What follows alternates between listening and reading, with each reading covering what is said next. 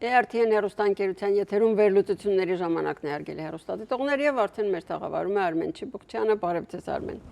Բարև ձեզ։ Թերևս սկսենք փաստից, որ 2026 թվականի ամռանը Հայաստանի Հանրապետությունում ազգային ժողովի ընտրություններ են։ Եվ ավելի շատ ոչ թե շրջանառվում է հանգամանքը, որ կուսակցություններին են գնալու ընտրենք, այլ ավելի շատ շրջանառվում է հանգամանքը, երևի նաև բնական է, թե ով է ղեկավարելու այդ կուսակցությունը եւ ով կդառնա վարչապետի վերջո տեխնատուներ են առաջադրում։ Եւ նշենք կուսակցությունները, որոնք արդեն հայտարարել են, որ մասնակցելու են եւ ում են տեսնում վարչապետի պաշտոնում։ Լևոն Զուրաբյան, ՀԱԿ-ը, Հայ ազգային կոնգրես, տեխնատուն վարչապետի Լևոն Զուրաբյանն է,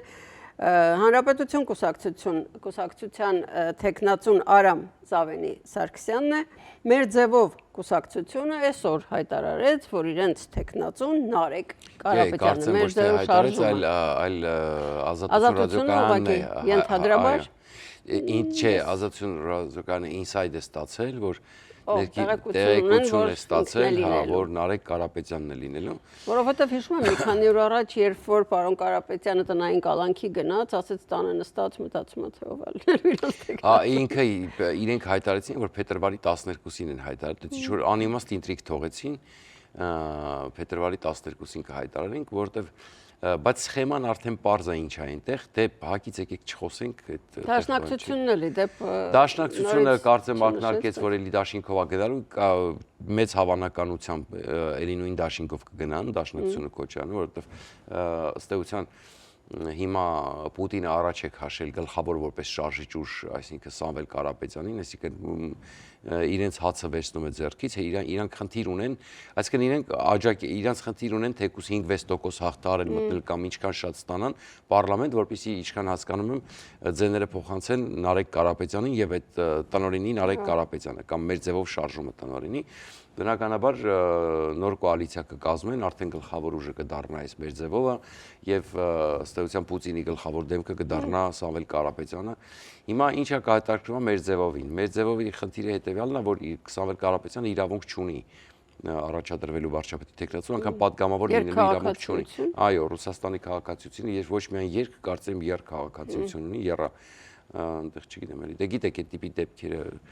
բիզնեսմենները այնտեղ Կիպրոսից բռնած միջև Սենթ Քիթս եւ Նևիլ հիշում եք։ Այո։ Հիմա բայց հաստատ գիտենք, որ Ռուսաստանի քաղաքացի է, խնդիրը որն է։ Նարեկ Կարապետյանը շփոթեցրեցին, փորձեց շփոթեցնել, այսպես ասեմ, ինչով, որ հանրային եթերում ասեց, որ ակնհայտորեն մի քանի անգամ հասկացրեց, որ իրենց առաջնորդը Սամվել Կարապետյանն է։ Բայց ակնհայտորեն իրեն հարց են տալիս, ասում են, բայց եթե Սամվել Կարապետյանն է, ախր նա իրավունք չունի, ձեզ ամեն ինչ պարզ կդառնա փետրվարի 12-ին, բայց քանի որ իրանք շատ պրիմիտիվ են, իմ կարծիքով, ուրեմն, եթե իհարկե հիմա մեր ասելիքից ինչ-որ բան չփոխեն, ակնհայտեր արդեն մի սցենար, Իվանիշվիլի սցենարն է։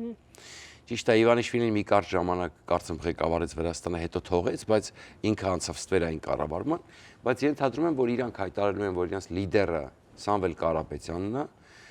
պայմանականորեն, այսինքն հլու հնազանդ ենթարկվելու են Սամվել Կարապետյանին, դա հայտարար ինչ որ հիմա Իվանիշվիլին անում է, դա դեմոկրատիայի հետ կապ չունի։ Հասկանում եք։ Սանդուն էլ ասաց այդ մասին։ Դե բայց չէ կապ չունի, բայց ինչ որ մեկը ստվերային նստած ղեկավարում, այսինքն վարչապետը Ռուսաստանը ինչպես շեղեցին։ Դուք պատկերացնում եք վարչապետը վարչապետ չի ասել։ Հա, ընդ որում Գախարեի հանդեպ բան են արել,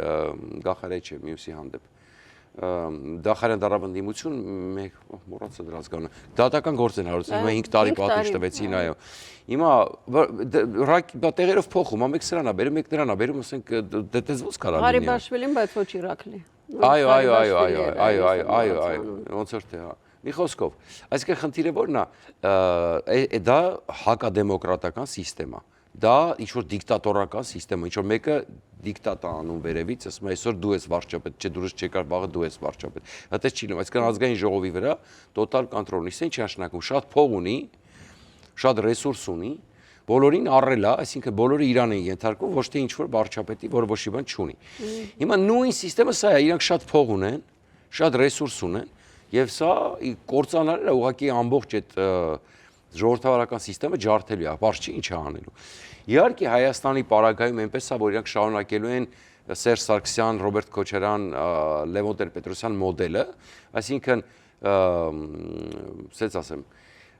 ինչ որ թույլ էլեմենտներ են թողելու, որպեսզի իրանց ամբողջությամբ ավտորիտար դիկտատորական ռեժիմ չանվանեն, հա, որովհետև Հայաստանի իրավիճակը այնպես է, որ իրանք այդ ռեսուրսը չունեն, միջև որ գուբերնիա կսարքեն, կպրծնեն այդ թեմաներից, էլի, որովհետև ակնհայտորեն։ Որովհետև ես լսեցի Նարեկ Կարապետյանի ելույթը, ես անգամ հատուկ թողարկում պատրաստեցի դրա մասին, որովհետև այն ինչ որ Նարեկ Կարապետյանը ասում է, իրականության մարդը առաջարկում է հայ ժողովրդին ընտրելի արտաքին քաղաքական տեսլականներ ասում, հիմնված 0 փուչիկի վրա։ Մենք կհամոզենք ռուսներին, ուժեղ առաջնորդը կհամոզի ռուսներին, որպեսզի Ադրբեջանից վերստի ջերմուկի օկուպացված հատվածը տա մեզ։ Ասում ոնց եք համոզելու։ Ասում դիվանագիտական ճանապարհով կարվի ուժեղ առաջնորդը կարողանա համոզի։ Հիմա հարց, ձեզ եմ հարցնում։ Սամվել Կարապետյանը Պուտինի մոտ ուժեղ առաջնորդ է։ Չէ, տարական հարց եմ տալի։ Դա տարբերակ է ուղղակի ժողովրդի վստահությունը շահելու, կարող է գնալ Պուտինը դրան ի վերջո։ Պուտինը կարող Ալիևին ստիպի, որ տարածք տա։ Ալիևին ուրիշներն էլ են ստիպում արդեն։ Ես չեմ կարծում, որ Պուտինը դուք բացարձակ այդպես չի։ Պուտինը եթե արտաքին քաղաքական շահը չի պահանջում ուժեղ առաջնորդ կամ թույլ առաջնորդ, դու ունես պետական շահ, Պուտինին ձեռք չէր տալի Ղարաբաղից հանել իր զորքերը, ով ուզում է լինի Հայաստանում։ Զորք ունենալը Ղարաբաղում իր համար կարևորագույն նշանակություն է, Ալիևը հանեց եւ ռադ արեց։ Պուտինը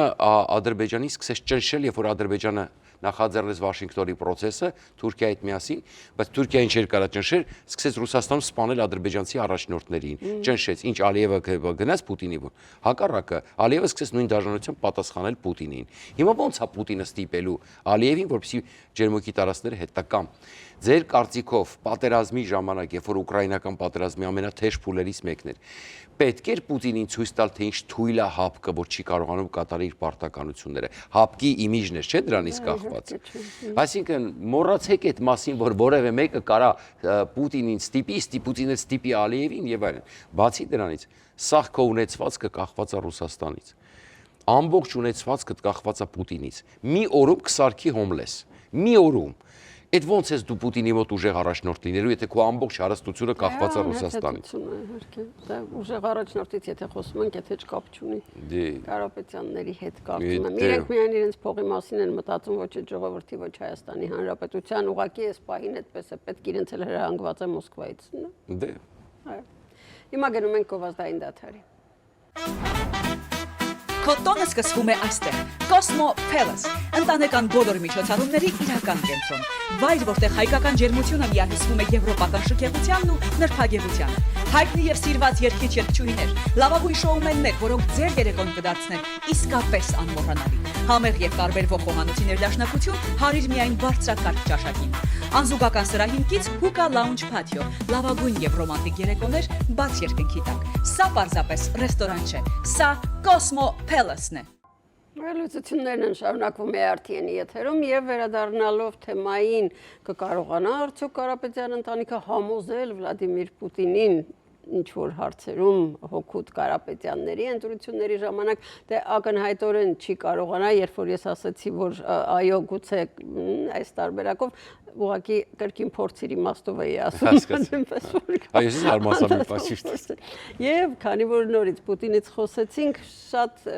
հիմա Պուտինը ինքը շատ տարօրինակ վիճակում է, Պուտինը վաղը կլինի թե չի լինին հարցականի տակ է, եւ այսօր այդպես հույսեր կապել, արդեն դա նշանակում է, որ իրենք հաստատ պարտադրված են այս ամեն ինչը։ Շատ ճիշտ եք, Պուտինի վիճակը շատ բան է, իդեպ հետաքրքիր բան ձեզ ասեմ, այսօր առաջին անգամ տեղեկություն հայտնվեց, որ Լուկոյլը պետական օգնություն է խնդրել, դա պատկերացնում նավթային ընկերությունը, երկու նավթային գիգանտ հսկաներ կա Լուկոյլն ու Ռոսնեֆտը, եւ Լուկոյլը արդեն պետությունից օգնություն է խնդրում։ Դե գիտեք, Լուկոյլի ակտիվները այսպես արգելավեցին, հիմա վաճառքի ընթացքում են։ Լուկոյլը խնդրում է պետական օգնություն։ Սա այն Լուկոյլն է, որը պետքա պետությանը փող բերեր, որ կարողանային պատերազմը շարունակեին, հա։ Եվ սա արդեն առաջին մունետիկներն է ասում, ինչա կատարվելու։ Բնականաբար արդեն սկսում են խոսալ էլիտայի շրջանում իրական դժգոհություն։ Տեսեք, այսքան տարի փորձում էին ենթադրել բան, պարզվում էր, որ չկա դժգոհություն, բայց արդեն սկսում են խոսալ Ռուսաստանի ներսում պետական էլիտաների դժգոհության մասին։ Ուզում են պատերազմը շուտ ավարտվի։ պատերազմի ավարտվի մասին, այսինքն չգիտեմ, այսօր չհասցնենք վաղ խոսենք Աբու Դաբի կամ մյուս օրը խոսենք Աբու Դաբի, որտեղ այնտեղ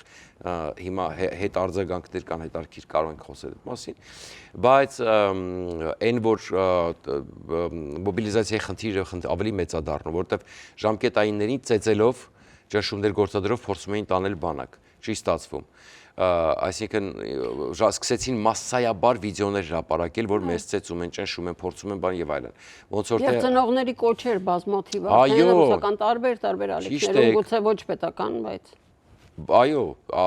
ոչ թե այդքան ալիքներով, այլ ավելի շատ տելեգրամյան ալիքներով, այսինքն սոցիալական, դրա համար Պուտինը ձգտում է փակել WhatsApp-ները, Telegram-ները, անդադ փորձում է փակել, սահմանափակել, բայց այդ VPN-ները դեռ աշխատում են, մարդիկ ինչ-որ ինֆորմացիա կարողանում են ստանալ, հա, բայց կամաց գնում է դրան, որտեվ հիմա տեղեկություններ կան, որ բանկային պարտքերի բանկայի տվյալներն են փորձում ստանալ իշխանությունները եւ տեսնեն ովքեր չմարած վարկեր ունեն, պարտքեր ունեն, փորձում են նրանց վրա ճնշում գործադրել, դե մեր հայրենակիցները թող զգուշ լինեն, որտեղ իրենք օրենքով ոչ մի բան չեն կարող անել բանկային վարկերից կապված։ Չվախենակ հանկարծ դա օրենքով ոչ կարող են դատել, ոչ էլ կարող են ուրեմն այսինքն քրեական պատասխանատվության երկազեր, դա չես կա, այսինքն բայց փորձելու են այդ մանիպուլացնել, ով ասում է կուտը կերավ, կներեք արտահայտության համար կերավ ասենք, հա, հավեն մանգալի կոպիտ ասած։ Դրա համար հիմա փորձում են տենց գնալ ասել, օ դու մեծ պարտք ունես, կարող է քեզ դատեն եւ այլն ու արիալ լավա ստորագրի, որպեսզի բան։ Քիչ տերոր են գնում։ Այո, կամաց որտեվ մոբիլիզացիան չեն կարողանում հասցնել, որտեվ դե արդեն 4 տարում երևի որոշ տեղեր որոշների ուղեղը հասավ էր, որ գնալու են մսացու դառնան։ Դե որտեվ արդեն զինվորներն են սկսում վիդեոներ տարածել ուրեմն մսացու։ Որ Թրամփը որակեց պատմական է հանդիպում, երևի հենց դրա արդյունքում ինչ որ զիջումների գնացել են, կխոսենք վաղ։ Դա լավ, այդ կխոսենք հետո, որտեվ այդ մի քիչ այդպես չի իրականում, այդքան պատմական մի քիչ Թրամփը ուշացնում է այդ իմաստով։ Ամենայն դեպս տեսեք, վերադառնալով Նարեկ Կարապետյանին, իրանց ամբողջ հույսը ինչն է, տեսեք, մարդիկ, գիտեք որ նայ որ sense օդ ես քաշում, մատով sense փորձում ես բանա, քամու ուղությունը բարձես կամ ինչ-որ տենց։ Իրանք ուրեմն ասում են, որ տեսեք շուտ, այսինքն ամբողջ իրանց կոնցեպտը sense կարճ ասեմ, Պուտինին բերել մցնել թրիփի ուղու մեջ։ Իրականում դա սուտ է, որովհետև տեսեք, այստեղ կա լրջագույն պահ։ Դու չես կարող բերել մցնել Պուտինին միտեղ, որտեղ ինքը ոչ փող է ներդնում, ոչ ասենք ինքը դրա հետ կապված, հա, այսինքն ոչ էլ կարա երաշխավոր լինի, որովհետև երաշխավոր կարա լինի նա, ումից վախենում են։ Հիմա Էրդողանը Պուտինից չի վախենում, Ալիևը չի վախենում, բազմիցս ցույց տվեցին։ Չէ, դե ասենք թե բերեցին, բայց ոչ Էրդողանը, ոչ էլ իրականությունը հենց այդ է, որ այդ հեքիաթա թրեփի մեջ դուք եք հասկանում, ես եմ լավ հասկանում, չեն կարող իրանք երկուսով լինել։ Կամ մեկը պետք է կամ մյուսը պետք է լինի։ Իրանք գալիս են, որպեսզի Տրամփի արչև պայմաններ դնեն, ժամանակ ձգեն, հետո թրիփը ջրեն եւ վերադառնան նոյեմբերի 9-ին։ Այսինքն Ադրբեջանին տալ մեղրին եւ Ռուսաստանն ու Ադրբեջանը վերահսկեն ճանապարհը։ Ավելին ձեզ ասեմ, հետարքիր բան ինքը ասես նաեւ Թրիփը ուղիղ կապված է խաղաղության պայմանագրի հետ։ Մենք մի փաթեթով ենք դա անելու, ինչը շատ վտանգավոր է, որտեղ մի բարձ օրինակ եմ բերում, ասում կարա այսօր Ամերիկան Թուրքիային ճնշի, սահմանը բացի Թրիփը աշխատի, թեկուզ մասնակի, չէ՞։ Հայաստանի համար ասենք։ Երբ որ հայ-թուրքական սահմանը բացեց, Ադրբեջանը ստիպված է լինելու բացի, որտեղ արդեն գիտեք ինչ է կենտրոնական այս ապրանք բան կարևորը հայ-թուրքական սահմանը բացի Հայաստանը դուրս գա ասեց որ կարևորում է ավելի այսինքն եթե Ամերիկան կարողացավ ստիպի սահմանը բացել հայ-թուրքական Ադրբեջանը կարող խաղաղության պայմանագրի չստորագրի, բայց բացելու է սահմանը։ Այսինքն ես երկու process-ը կապել իրար, երկու process-ը իրար հետ կապված է նոյեմբերի 9-ի 9-րդ կետով։ Սա է վտանգավոր։ Այո, հասկանալի է, եթե Կարապետյաններն են այդպես։ Մենք էլ ժամանակ չունենք հարգելի հեռուստադիտողներ, այսօր էլ ավարտվեց մեր ծրագիրը, ցտեսություն կհանդիպենք վաղը։ Հաջողություն։